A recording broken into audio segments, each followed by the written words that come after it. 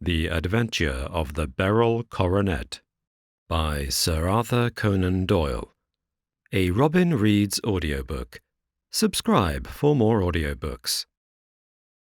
"Holmes," said I, as I stood one morning in our bow window looking down the street, "here is a madman coming along.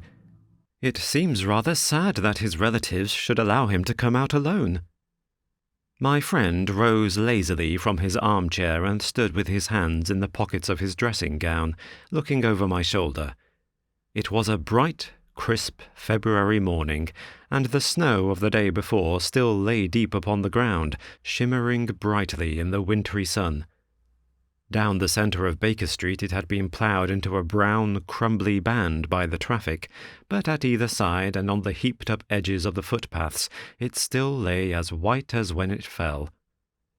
The grey pavement had been cleaned and scraped, but was still dangerously slippery, so that there were fewer passengers than usual. Indeed, from the direction of the Metropolitan Station no one was coming save the single gentleman whose eccentric conduct had drawn my attention. He was a man of about 50, tall, portly, and imposing, with a massive, strongly marked face and a commanding figure.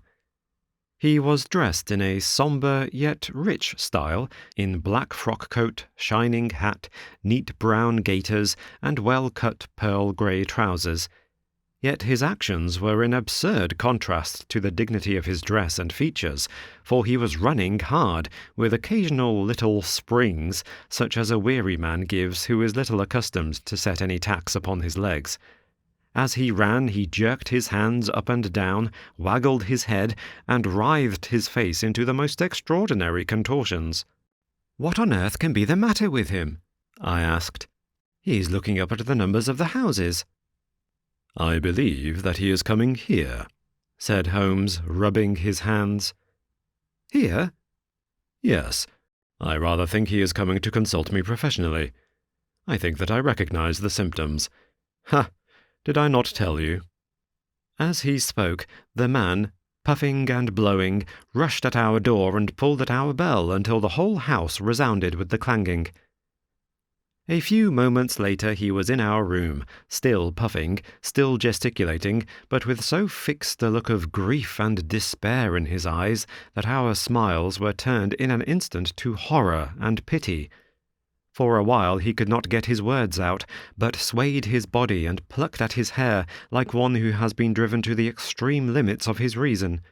Then, suddenly springing to his feet, he beat his head against the wall with such force that we both rushed upon him and tore him away to the centre of the room. Sherlock Holmes pushed him down into the easy-chair and, sitting beside him, patted his hand and chatted with him in the easy, soothing tones which he knew so well how to employ. "You have come to tell me your story, have you not?" said he. "You are fatigued with your haste. Pray wait until you have recovered yourself, and then I shall be most happy to look into any little problem which you may submit to me." The man sat for a minute or more with a heaving chest, fighting against his emotion. Then he passed his handkerchief over his brow, set his lips tight, and turned his face towards us. "No doubt you think me mad," said he. "I see that you have had some great trouble," responded Holmes. "God knows I have. A trouble which is enough to unseat my reason, so sudden and so terrible as it is. Public disgrace I might have faced, although I am a man whose character has never yet borne a stain. Private affliction also is the lot of every man, but the two coming together, and in so frightful a form, have been enough to shake my very soul. Besides, it is not I alone. The very noblest in the land may suffer unless some way be found out of this horrible affair." "Pray compose yourself, sir," said Holmes, "and let me have a clear account of who you are and what it is has befallen you." "My name," answered our visitor, "is probably familiar to your ears. I am Alexander Holder, of the banking firm of Holder and Stevenson, of Threadneedle Street." The name was indeed well known to us, as belonging to the senior partner in the second largest private banking concern in the City of London. What could have happened, then, to bring one of the foremost citizens of London to this most pitiable pass? We waited, all curiosity, until with another effort he braced himself to tell his story. "I feel that time is of value," said he. "That is why I hastened here when the police inspector suggested that I should secure your cooperation. I came to Baker Street by the Underground and hurried from there on foot, for the cabs go slowly through this snow. That is why I was so out of breath, for I am a man who takes very little exercise. I feel better now, and I will put the facts before you as shortly and yet as clearly as I can. It is, of course, well known to you that in a successful banking business, as much depends upon our being able to find remunerative investments for our funds as upon our increasing our connection and the number of our depositors. One of our most lucrative means of laying out money is in the shape of loans, where the security is unimpeachable. We have done a good deal in this direction during the last few years, and there are many noble families to whom we have advanced large sums upon the security of their pictures, libraries, or plate. Yesterday morning I was seated in my office at the bank when a card was brought in to me by one of the clerks. I started when I saw the name, for it was that of none other than— well, perhaps even to you I had better say no more than that it was a name which is a household word all over the earth, one of the highest, noblest, most exalted names in England. I was overwhelmed by the honour, and attempted, when he entered, to say so, but he plunged at once into business with the air of a man who wishes to hurry quickly through a disagreeable task. "Mr. Holder," said he, "I have been informed that you are in the habit of advancing money." "The firm does so when the security is good," I answered. "It is absolutely essential to me," said he, "that I should have £50,000 at once. I could, of course, borrow so trifling a sum 10 times over from my friends, but I much prefer to make it a matter of business and to carry out that business myself. In my position you can readily understand that it is unwise to place oneself under obligations."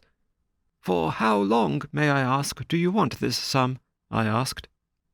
"Next Monday I have a large sum due to me, and I shall then most certainly repay what you advance, with whatever interest you think it right to charge.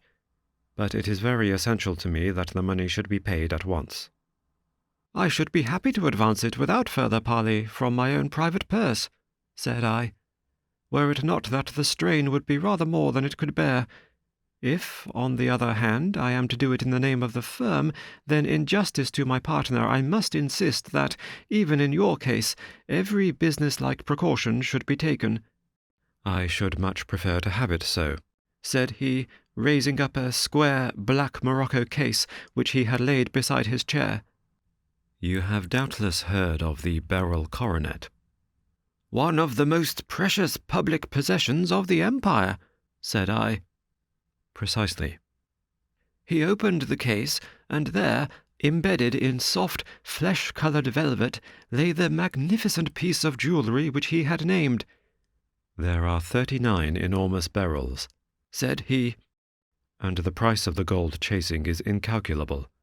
The lowest estimate would put the worth of the coronet at double the sum which I have asked. I am prepared to leave it with you as my security."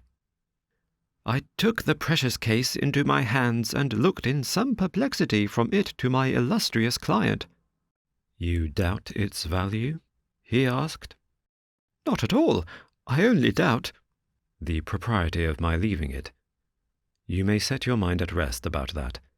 I should not dream of doing so were it not absolutely certain that I should be able in 4 days to reclaim it. It is a pure matter of form. Is the security sufficient?" "Ample." "You understand, Mr. Holder, that I am giving you a strong proof of the confidence which I have in you, founded upon all that I have heard of you.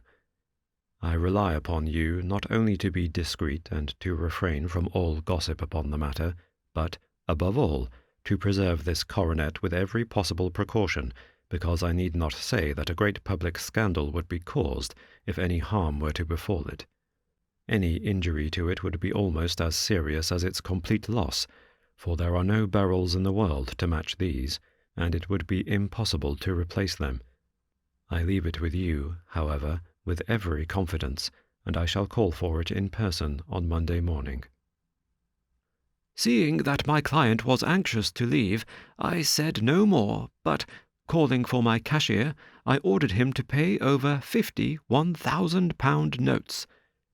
When I was alone once more, however, with the precious case lying upon the table in front of me, I could not but think with some misgivings of the immense responsibility which it entailed upon me. There could be no doubt that, as it was a national possession, a horrible scandal would ensue if any misfortune should occur to it. I already regretted having ever consented to take charge of it. However, it was too late to alter the matter now, so I locked it up in my private safe and turned once more to my work. When evening came, I felt that it would be an imprudence to leave so precious a thing in the office behind me. Bankers' safes have been forced before now, and why should not mine be? If so, how terrible would be the position in which I should find myself! I determined, therefore, that for the next few days I would always carry the case backward and forward with me, so that it might never be really out of my reach. With this intention, I called a cab and drove out to my house at Streatham, carrying the jewel with me. I did not breathe freely until I had taken it upstairs and locked it in the bureau of my dressing-room. And now a word as to my household, Mr. Holmes, for I wish you to thoroughly understand the situation. My groom and my page sleep out of the house, and may be set aside altogether. I have 3 maid-servants who have been with me a number of years, and whose absolute reliability is quite above suspicion. Another, Lucy Parr, the second waiting-maid, has only been in my service a few months. She came with an excellent character, however, and has always given me satisfaction. She is a very pretty girl, and has attracted admirers who have occasionally hung about the place. That is the only drawback which we have found to her, but we believe her to be a thoroughly good girl in every way. So much for the servants. My family itself is so small that it will not take me long to describe it. I am a widower, and have an only son, Arthur. He has been a disappointment to me, Mr. Holmes, a grievous disappointment. I have no doubt that I am myself to blame. People tell me that I have spoiled him. Very likely I have. When my dear wife died, I felt that he was all I had to love. I could not bear to see the smile fade even for a moment from his face. I have never denied him a wish. Perhaps it would have been better for both of us had I been sterner, but I meant it for the best. It was naturally my intention that he should succeed me in my business, but he was not of a business turn. He was wild, wayward, and, to speak the truth, I could not trust him in the handling of the large sums of money.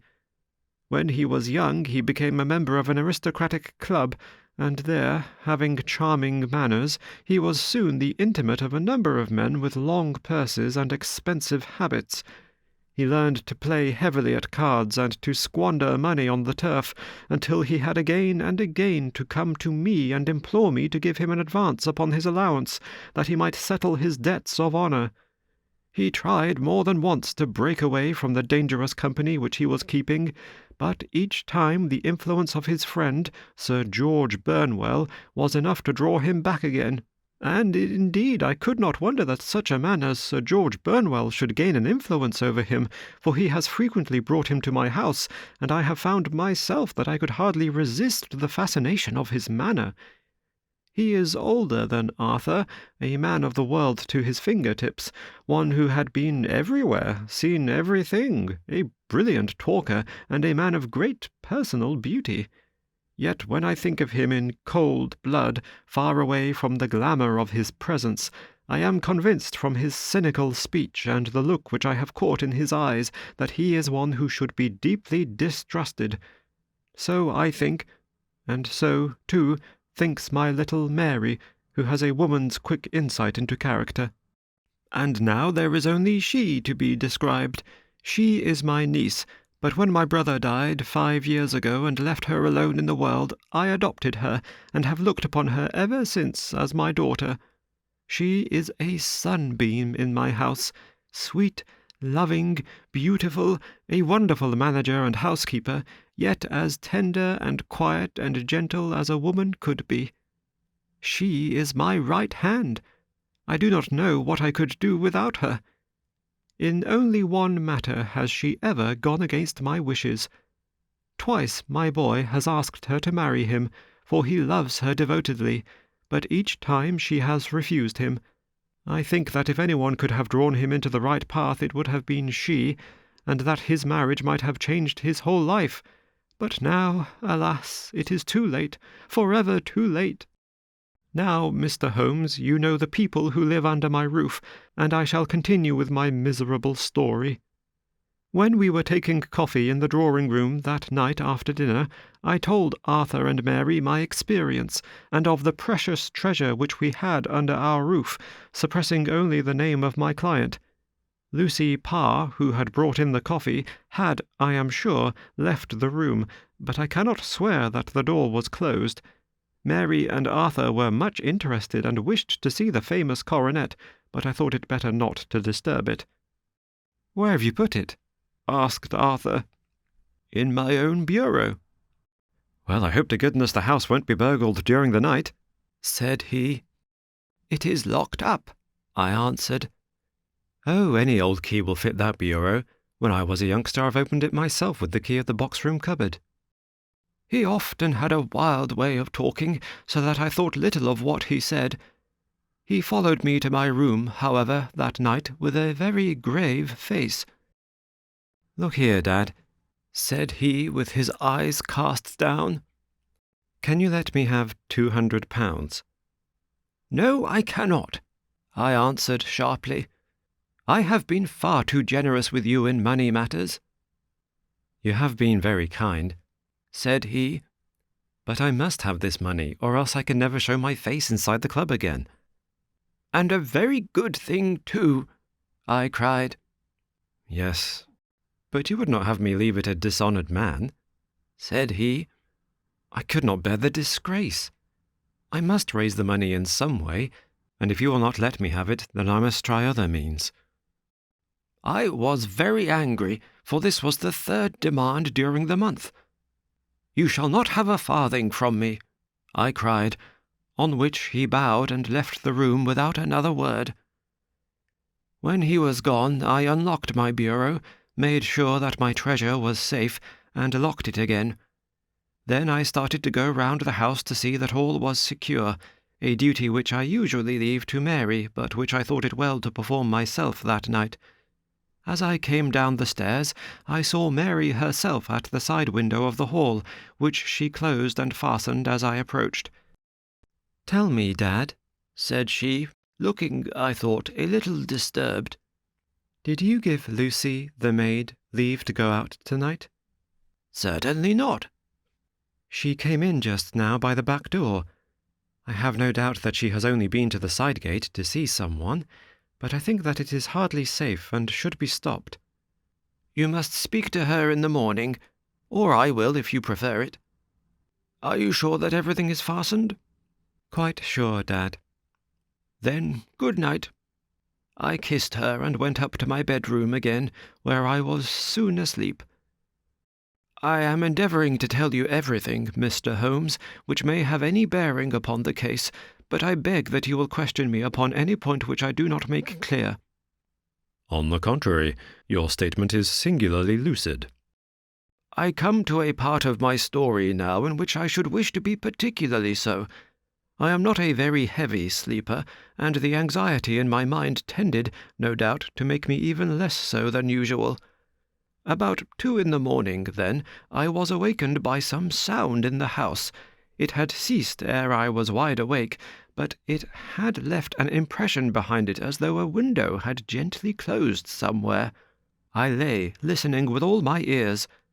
Suddenly, to my horror, there was a distinct sound of footsteps moving softly in the next room. I slipped out of bed, all palpitating with fear, and peeped round the corner of my dressing-room door. "Arthur!" I screamed. "You villain! You thief! How dare you touch that coronet?" The gas was half up, as I had left it, and my unhappy boy, dressed only in his shirt and trousers, was standing beside the light, holding the coronet in his hands. He appeared to be wrenching at it, or bending it with all his strength. At my cry he dropped it from his grasp and turned as pale as death. I snatched it up and examined it. One of the gold corners, with 3 of the barrels in it, was missing. "You blackguard!" I shouted, beside myself with rage. "You have destroyed it! You have dishonoured me forever! Where are the jewels which you have stolen?" "Stolen?" he cried. "Yes, thief!" I roared, shaking him by the shoulder. "There are none missing. There cannot be any missing," said he. "There are 3 missing, and you know where they are. Must I call you a liar as well as a thief? Did I not see you trying to tear off another piece?" "You've called me names enough," said he. "I will not stand it any longer. I shall not say another word about this business, since you have chosen to insult me. I will leave your house in the morning and make my own way in the world." "You shall leave it in the hands of the police," I cried, half mad with grief and rage. "I shall have this matter probed to the bottom." "You shall learn nothing from me," said he, with a passion such as I should not have thought was in his nature. "If you choose to call the police, let the police find what they can." By this time the whole house was astir, for I had raised my voice in my anger. Mary was the first to rush into my room, and at the sight of the coronet and of Arthur's face, she read the whole story, and with a scream fell down senseless on the ground. I sent the housemaid for the police and put the investigation into their hands at once. When the inspector and a constable entered the house, Arthur, who had stood sullenly with his arms folded, asked me whether it was my intention to charge him with theft. I answered that it had ceased to be a private matter, but had become a public one, since the ruined coronet was national property. I was determined that the law should have its way in everything. "At least," said he, "you will not have me arrested at once. It would be to your advantage as well as mine if I might leave the house for 5 minutes." "That you may get away, or perhaps that you may conceal what you have stolen?" said I.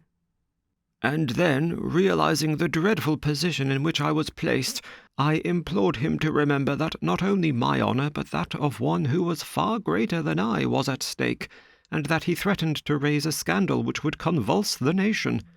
He might avert it all if he would but tell me what he had done with the 3 missing stones. "You may as well face the matter," said I. "You have been caught in the act, and no confession could make your guilt more heinous. If you but make such reparation as is in your power, by telling us where the Beryls are, all shall be forgiven and forgotten." "Keep your forgiveness for those who ask for it," he answered, turning away from me with a sneer. I saw that he was too hardened for any words of mine to influence him. There was but one way for it. I called in the inspector and gave him into custody. A search was made at once, not only of his person, but of his room, and of every portion of the house where he could possibly have concealed the gems, but no trace of them could be found, nor would the wretched boy open his mouth for all our persuasions and our threats. This morning he was removed to a cell, and I, after going through all the police formalities, have hurried round to you to implore you to use your skill in unravelling the matter. The police have openly confessed that they can at present make nothing of it. You may go to any expense which you think necessary. I have already offered a reward of £1,000. My God, what shall I do? I have lost my honour, my gems, and my son in one night. Oh, what shall I do?" He put a hand on either side of his head and rocked himself to and fro, droning to himself like a child whose grief has got beyond words. Sherlock Holmes sat silent for some few minutes, with his brows knitted and his eyes fixed upon the fire. "Do you receive much company?" he asked. "None, save my partner with his family and an occasional friend of Arthur's. Sir George Burnwell has been several times lately. No one else, I think." "Do you go out much in society?" "Arthur does. Mary and I stay at home. We neither of us care for it." "That is unusual in a young girl." "She is of a quiet nature. Besides, she is not so very young. She is 24. "This matter, from what you say, seems to have been a shock to her also." Terrible. She is even more affected than I." "You have neither of you any doubt as to your son's guilt?" "How can we have when I saw him with my own eyes with the coronet in his hands?" "I hardly consider that a conclusive proof. Was the remainder of the coronet at all injured?" "Yes, it was twisted." "Do you not think, then, that he might have been trying to straighten it?" "God bless you. You are doing what you can for him and for me, but it is too heavy a task. What was he doing there at all? And if his purpose were innocent, why did he not say so?" "Precisely. And if it were guilty, why did he not invent a lie? His silence appears to me to cut both ways. There are several singular points about the case. What did the police think of the noise which awoke you from your sleep?" "They considered that it might be caused by Arthur's closing his bedroom door." "A likely story. As if a man bent on felony would slam his door so as to wake a household. What did they say, then, of the disappearance of these gems?" "They are still sounding the planking and probing the furniture in the hope of finding them." "Have they thought of looking outside the house?" "Yes, they have shown extraordinary energy. The whole garden has already been minutely examined." "Now, my dear sir," said Holmes, "is it not obvious to you now that this matter really strikes very much deeper than either you or the police were at first inclined to think? It appeared to you to be a simple case. To me it seems exceedingly complex. Consider what is involved by your theory.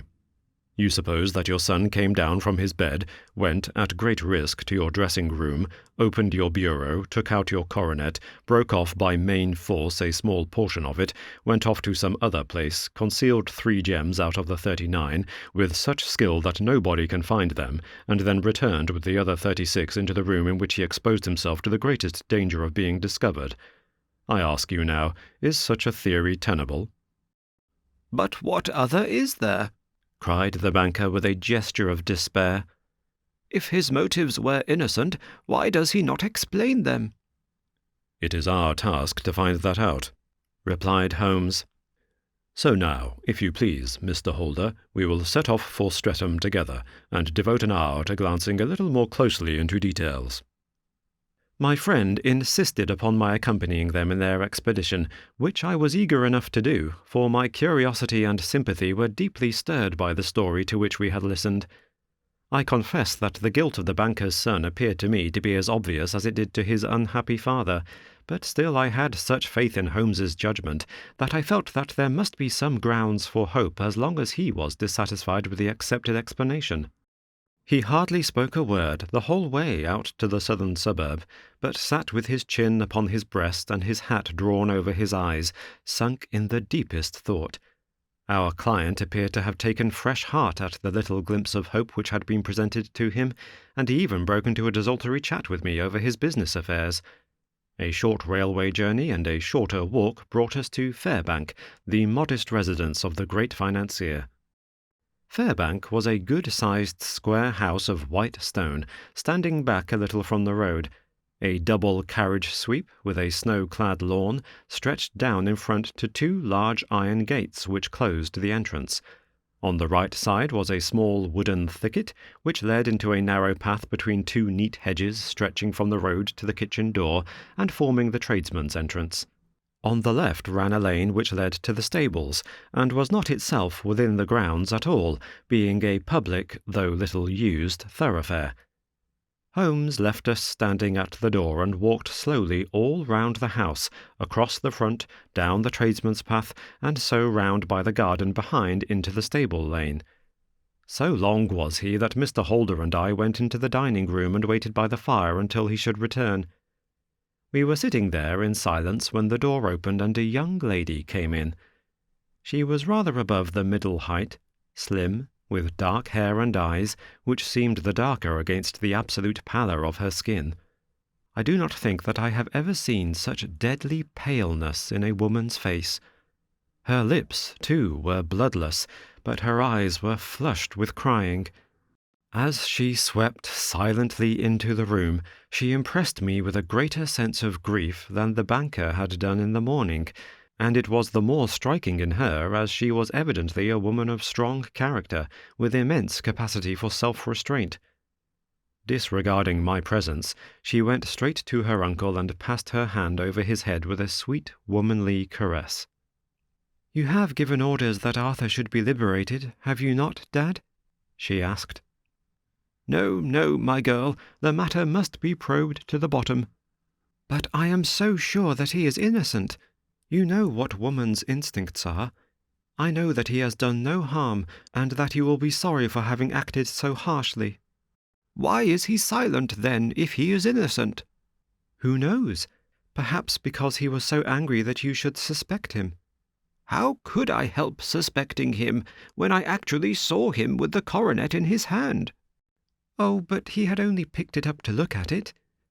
Oh, do take my word for it that he is innocent. Let the matter drop and say no more. It is so dreadful to think of our dear Arthur in prison."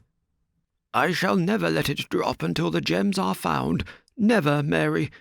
Your affection for Arthur blinds you as to the awful consequences to me. Far from hushing the thing up, I have brought a gentleman down from London to inquire more deeply into it." "This gentleman?" she asked, facing round to me. "No, his friend. He wished us to leave him alone. He is round in the stable lane now." "The stable lane?" She raised her dark eyebrows. "What can he hope to find there?" "Ah, this, I suppose, is he.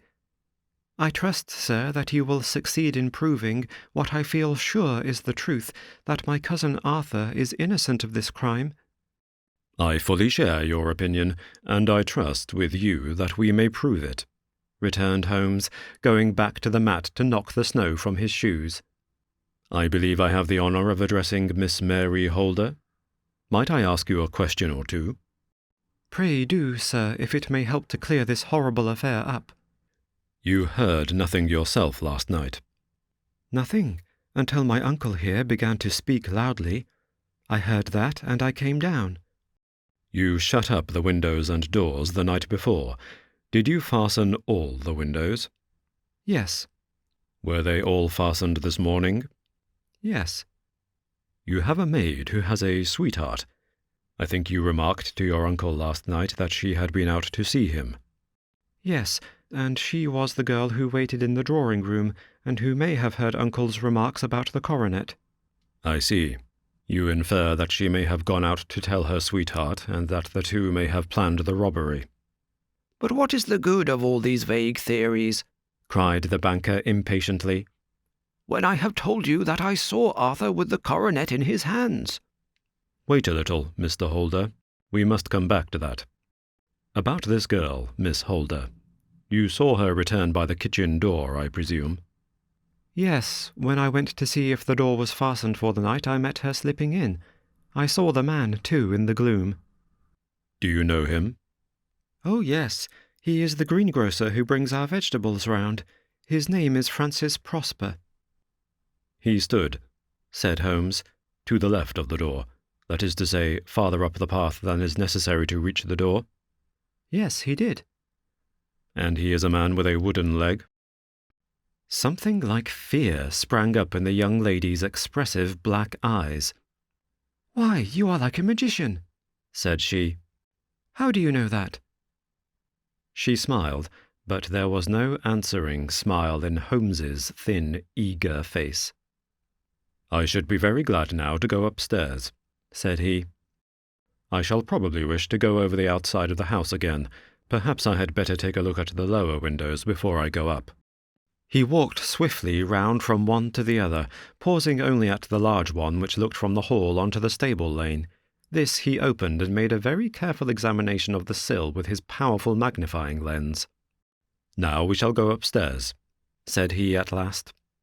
The banker's dressing-room was a plainly furnished little chamber, with a grey carpet, a large bureau, and a long mirror.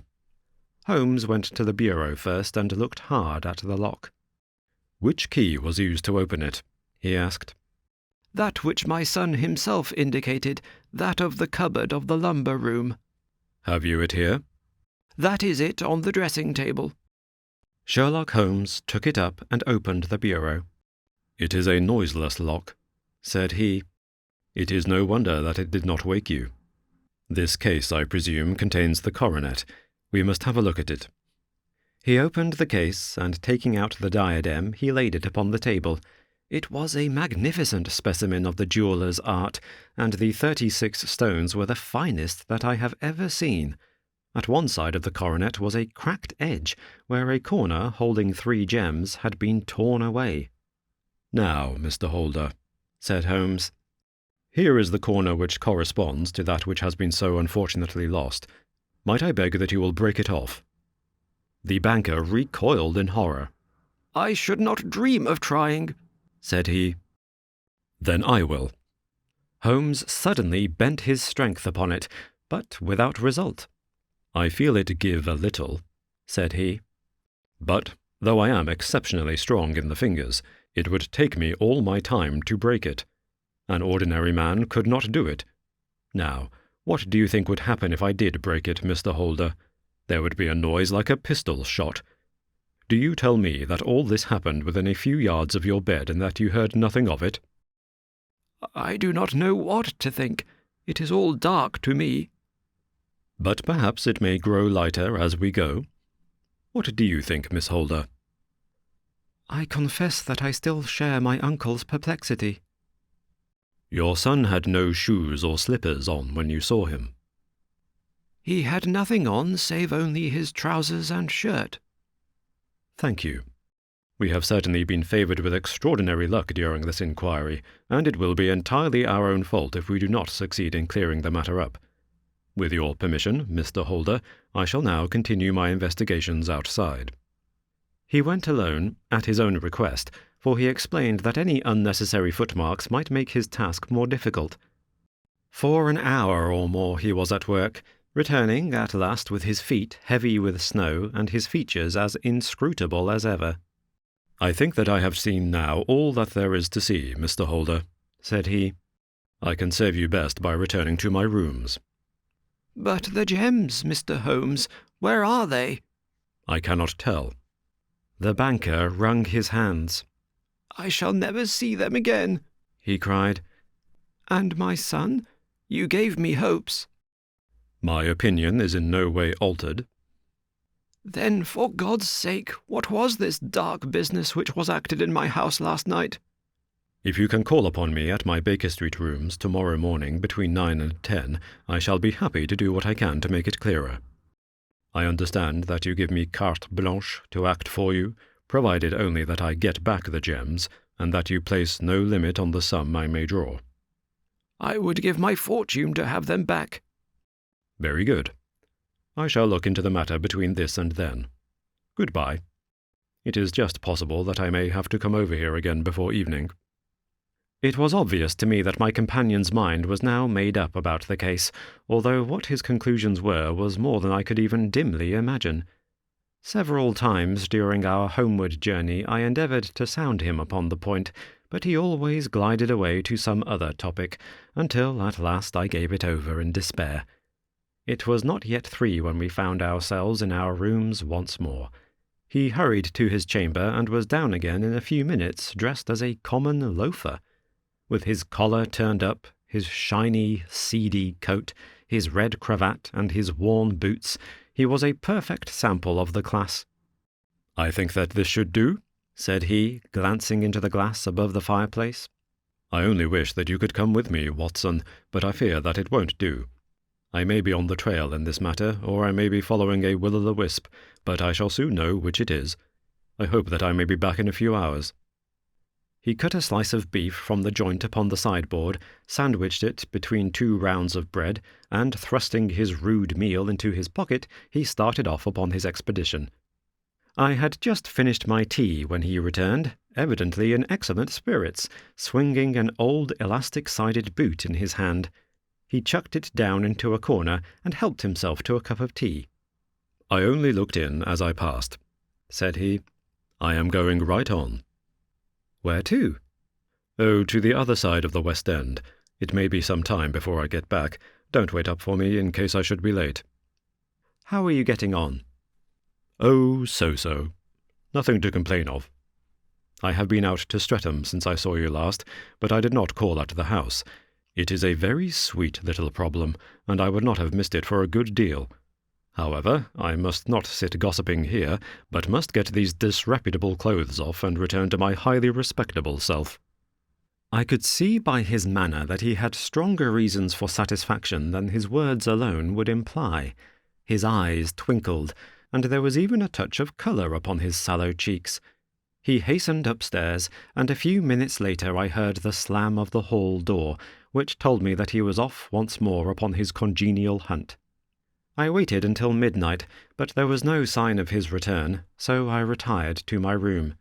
It was no uncommon thing for him to be away for days and nights on end when he was hot upon a scent, so that his lateness caused me no surprise.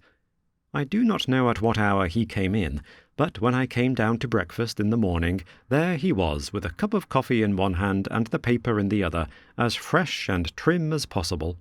"You will excuse my beginning without you, Watson," said he, "but you remember that our client has a rather early appointment this morning."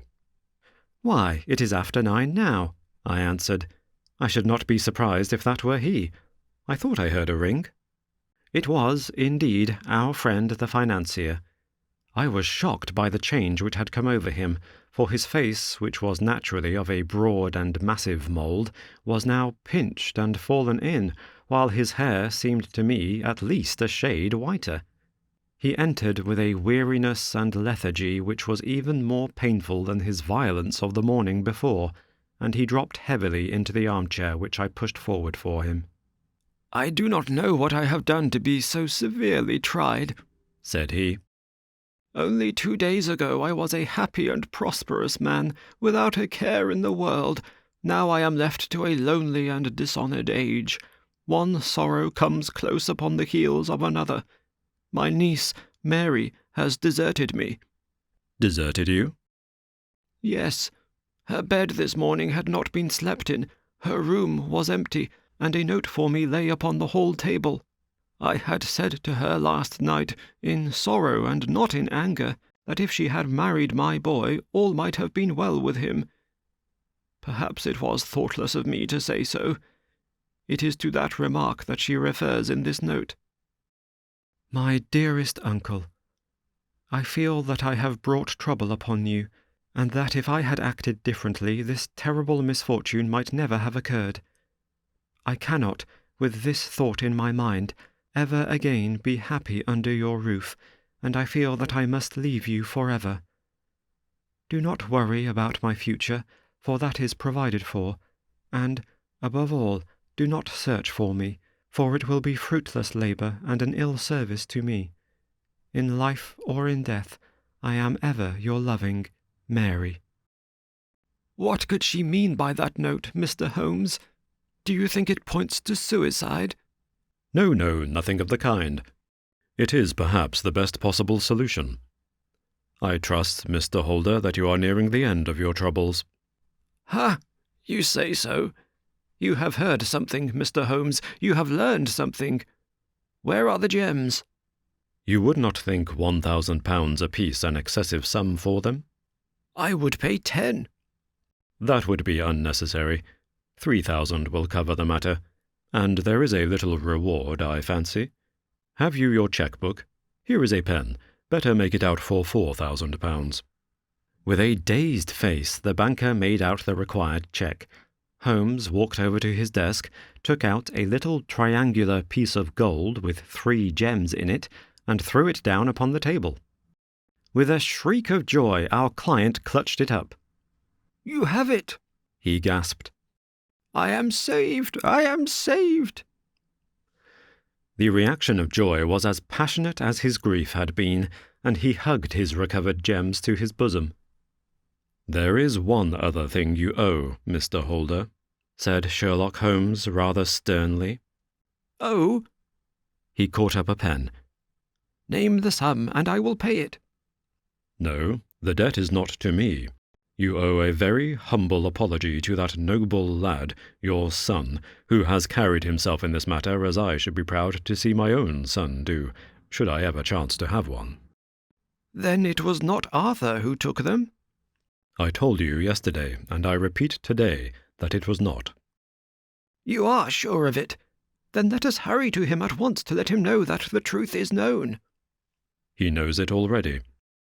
When I had cleared it all up, I had an interview with him, and finding that he would not tell me the story, I told it to him, on which he had to confess that I was right, and to add the very few details which were not yet quite clear to me. Your news of this morning, however, may open his lips. For heaven's sake, tell me, then, what is this extraordinary mystery? I will do so, and I will show you the steps by which I reached it. And let me say to you, first, that which it is hardest for me to say and for you to hear. There has been an understanding between Sir George Burnwell and your niece, Mary. They have now fled together. My Mary? Impossible. It is unfortunately more than possible. It is certain. Neither you nor your son knew the true character of this man when you admitted him into your family circle. He is one of the most dangerous men in England, a ruined gambler, an absolutely desperate villain, a man without heart or conscience. Your niece knew nothing of such men. When he breathed his vows to her, as he had done to 100 before her, she flattered herself that she alone had touched his heart. The devil knows best what he said, but at least she became his tool and was in the habit of seeing him nearly every evening. I cannot and I will not believe it, cried the banker with an ashen face. I will tell you, then, what occurred in your house last night. Your niece, when you had, as she thought, gone to your room, slipped down and talked to her lover through the window which leads into the stable lane. His footmarks had pressed right through the snow, so long had he stood there. She told him of the coronet. His wicked lust for gold kindled at the news, and he bent her to his will. I have no doubt that she loved you, but there are women in whom the love of a lover extinguishes all other loves, and I think that she must have been one. She had hardly listened to his instructions when she saw you coming downstairs, on which she closed the window rapidly and told you about one of the servants' escapade with her wooden-legged lover, which was all perfectly true. Your boy, Arthur, went to bed after his interview with you, but he slept badly on account of his uneasiness about his club debts. In the middle of the night he heard a soft tread pass his door, so he rose, and, looking out, was surprised to see his cousin walking very stealthily along the passage until she disappeared into your dressing-room. Petrified with astonishment, the lad slipped on some clothes and waited there in the dark to see what would come of this strange affair. Presently she emerged from the room again, and in the light of the passage lamp your son saw that she carried the precious coronet in her hands.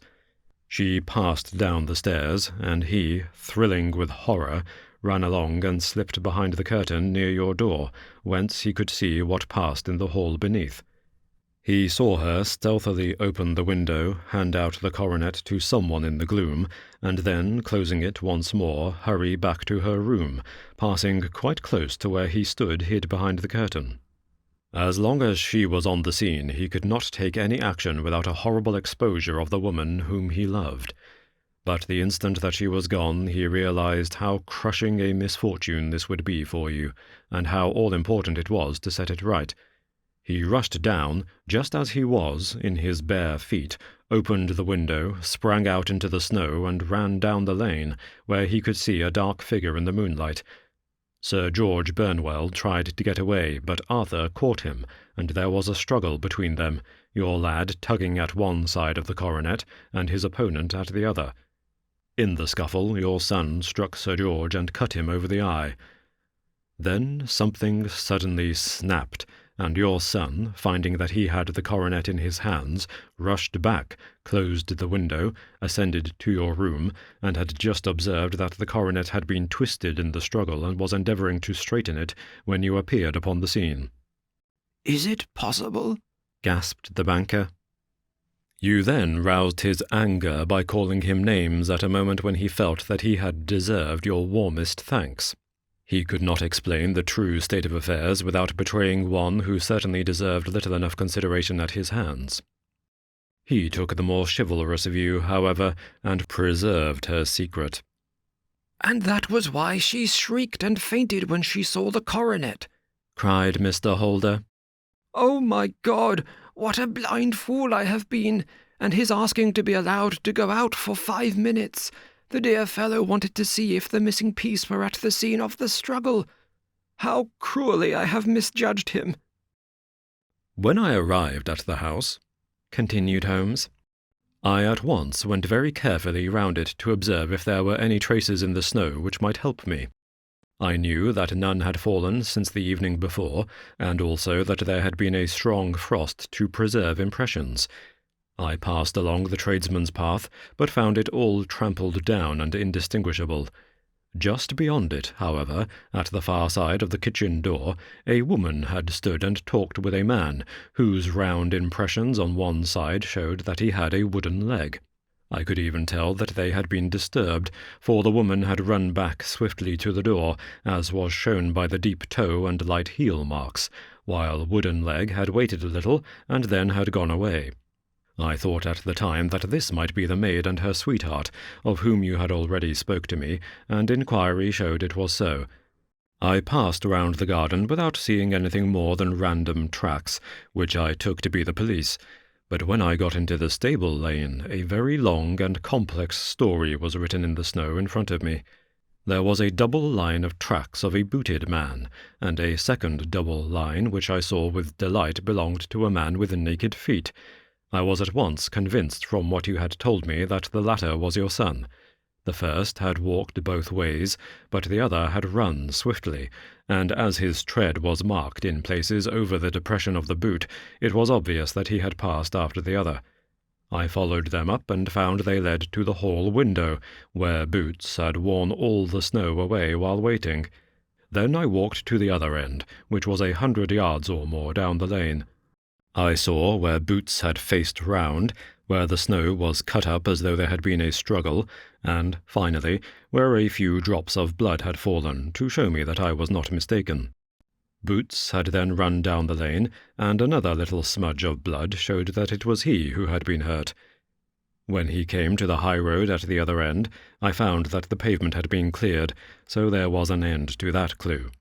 On entering the house, however, I examined, as you remember, the sill and framework of the hall window with my lens, and I could at once see that someone had passed out. I could distinguish the outline of an instep where the wet foot had been placed in coming in. I was then beginning to be able to form an opinion as to what had occurred. A man had waited outside the window. Someone had brought the gems. The deed had been overseen by your son. He had pursued the thief, had struggled with him. They had each tugged at the coronet, their united strength causing injuries which neither alone could have effected. He had returned with the prize, but had left a fragment in the grasp of his opponent. So far I was clear. The question now was, who was the man, and who was it brought him the coronet? It is an old maxim of mine that when you have excluded the impossible, whatever remains, however improbable, must be the truth. Now, I knew that it was not you who had brought it down, so there only remained your niece and the maids. But if it were the maids, why should your son allow himself to be accused in their place? There could be no possible reason. As he loved his cousin, however, there was an excellent explanation why he should retain her secret, the more so as the secret was a disgraceful one. When I remembered that you had seen her at the window and how she had fainted on seeing the coronet again, my conjecture became a certainty. And who could it be who was her confederate? A lover, evidently. For who else could outweigh the love and gratitude which she must feel to you? I knew that you went out little, and that your circle of friends was a very limited one, but among them was Sir George Burnwell. I had heard of him before as being a man of evil reputation among women. It must have been he who wore those boots and retained the missing gems. Even though he knew that Arthur had discovered him, he might still flatter himself that he was safe, for the lad could not say a word without compromising his own family. Well, your own good sense will suggest what measures I took next.